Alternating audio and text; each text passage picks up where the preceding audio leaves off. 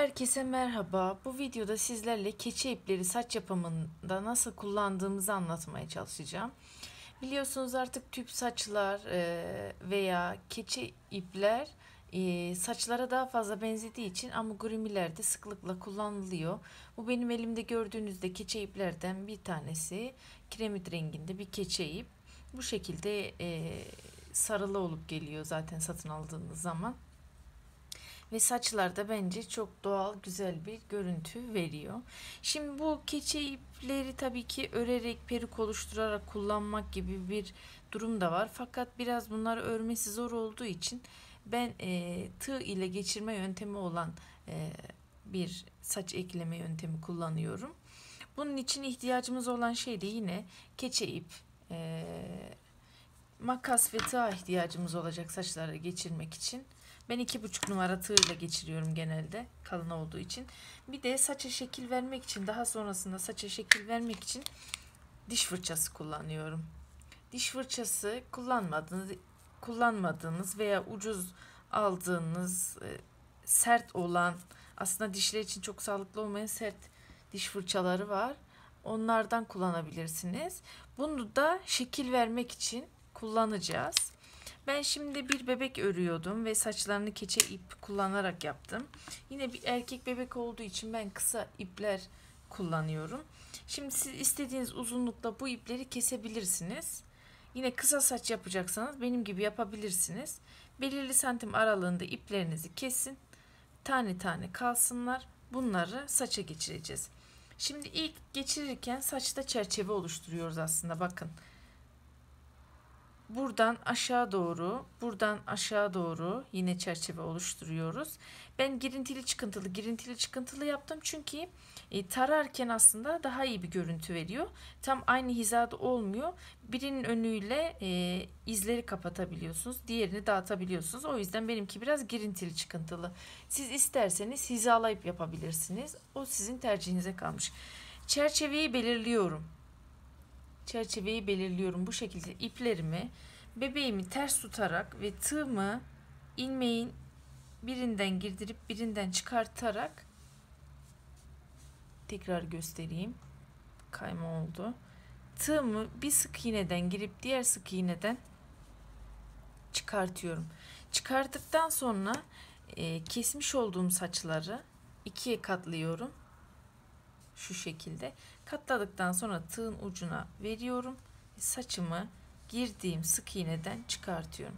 Çıkardıktan sonra da saçımı tığ yardımıyla birlikte geçiriyorum. Şimdi keçe ip biraz diğer iplere göre yapması zor ama elinize alıştıkça sıkıntı olmayacaktır. Ben çerçeveyi doldurdum. Erkek bebek yaptığım için de çok fazla içeri kısımlara saç ekmeme gerek kalmadı. Bir sıra daha arkaya ektim. Şu görüntüleri kapatmak için şimdi buralara da bir miktar saç ekleyeceğim. Sonra birlikte diş fırçasıyla saçın doğal duruşunun nasıl olacağını göreceğiz hep birlikte. Buralara da ekleme yapayım ve ekleme yaparken nasıl eklediğimi göstereyim. Bu fazlalıkları keseyim önce.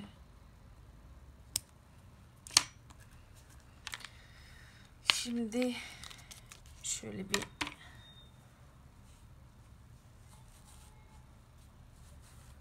miktar şöyle bir tarayıp boşluklara bakayım göz kararı. Şu kısma biraz takviye atmam gerekiyor. Şuraya, şu hizadan bir miktar saç ekleyeceğim. Şu hizadan. Keçe ipte her sırada eklemenize gerek kalmıyor. O yüzden bir avantaj. Yine tığımı geçirdim. İpimi çektim. İkisinin arasında saçımı geçirdim. Şimdi hangi yöne doğru durmasını istiyorsanız aslında tığ ile o yönde geçirseniz daha kolay olur. Çünkü ters yönde geçirirseniz ipin yönü ters oluyor ve onu da düzeltmesi zor olabiliyor sizler için. Yine ikiye katladım. Tığdan geçirdim ve kapattım. Tığımı geçirdim. İpimi ikiye katladım ve geçirdim. Çerçeve çizmek önemli. Çerçeve çizip yapabilirsiniz. Zaten biraz ilgileniyorsanız az çok saç yapma yöntemlerine vakıfsınızdır. Yine geçirdim.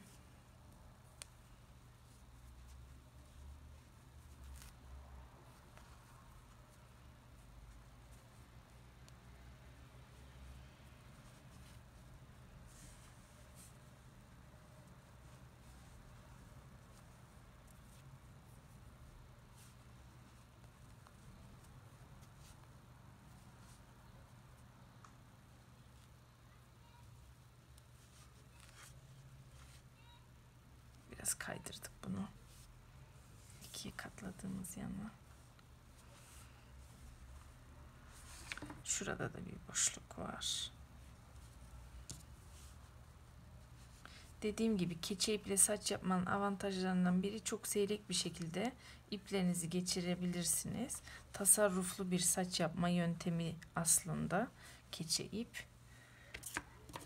Bu buraya göre uzun. Biraz kestim. Bunu buraya ekleyeceğim.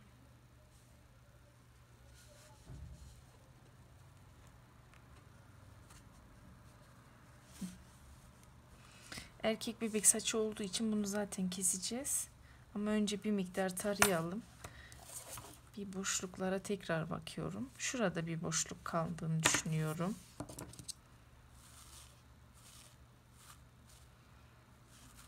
Diş fırçasının telleri sert olduğu için bu tüylenmeleri artırıyor aslında. Kullanmadaki mantığımız biraz bu olacak.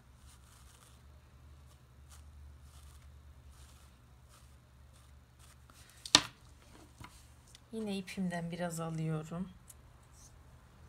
Birkaç tane keseyim.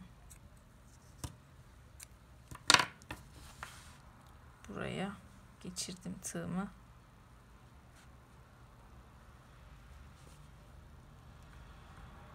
Şöyle biraz açalım. Tığımı geçirdim.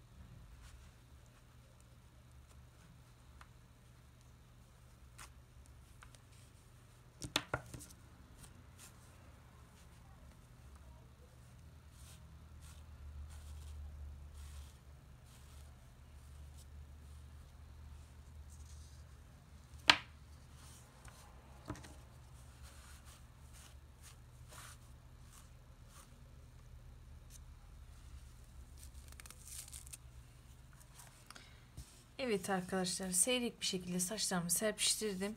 Ben aslında temelde burada çerçeveyi çizdim. Çerçeveyi çizdikten sonra orta sıraya da geçirdim. Bir de alt sıraya geçirdim. Dediğim gibi ben erkek bebek saçı yaptığım için bana bu kısalıklar kafi olacak. Şimdi diş fırçası yardımıyla saçımı biraz tüylendiriyorum. Hafif bir şekilde. Keçe ipin de temel özelliği bu zaten. Bakın bu şekilde tüylendiriyorum ipi ve çoğalıyor, genişliyor ve seyreklikleri kapatıyor. Tüylü bir görüntüsünden dolayı da sanki gerçek saçmış gibi bir ambiyans veriyor. O yüzden siz de muhakkak kullanın derim keçe saç yapıyorsanız. Yine siz daha sık görüntü istiyorsanız daha sık bir şekilde iplerinizi geçirebilirsiniz. Yani keçe ipi en kolay kullanma yöntemi bu şekilde. Örerek yapmak oldukça zor aslında keçe saç için. Çünkü ilmekleri göremiyorsunuz örerken. Şansa kadere bir şekilde örülüyor öyle olduğu zaman. Gördüğünüz gibi bakın. Şuraları keselim. Fazlalıkları keselim.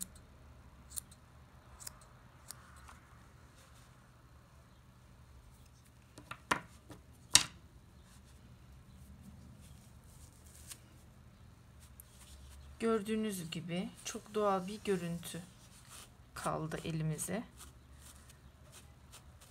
Keçe saçın avantajlarından birisi de tam olarak bu. Görüntüyü vermek aslında.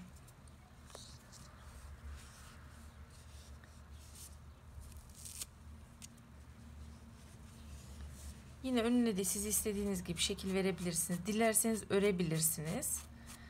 Buralarda biraz tiftiklerseniz aslında geçirme izleri olmaz. Saçları şöyle biraz dağıtarak yaparsanız iplerin geçirme izleri olmaz. Diş fırçası tam olarak bu anlamda çok işlevsel.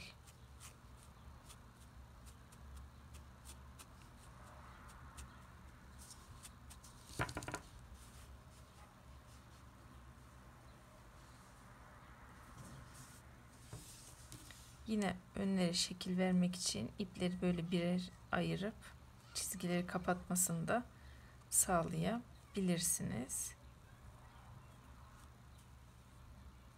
Bu şekilde yana tarayarak veya biraz öne tarayarak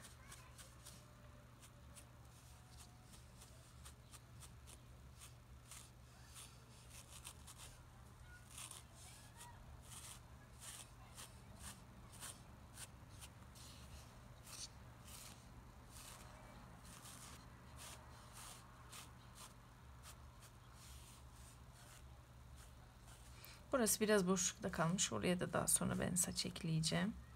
Bu iki kısma ekleyeceğim. Gördüğünüz gibi buralarda gayet doğal bir görüntü oluştu diş fırçasıyla. Yine şekil verirken de saçları istediğiniz gibi ayırabilirsiniz.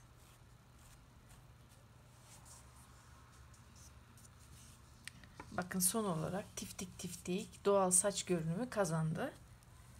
Tiftik iplerinizle bu şekilde saç yapabilirsiniz. Ve şekil verebilirsiniz doğal olarak. Keçe ipli saç ipleme videomuz ve yöntemimiz bu şekilde. Videomu izlediğiniz için teşekkür ederim. Umarım sizin için de faydalı olur ve keçe iple saç yaparken kullanırsınız. Daha sonraki videolarda görüşmek dileğiyle. Hoşça kalın.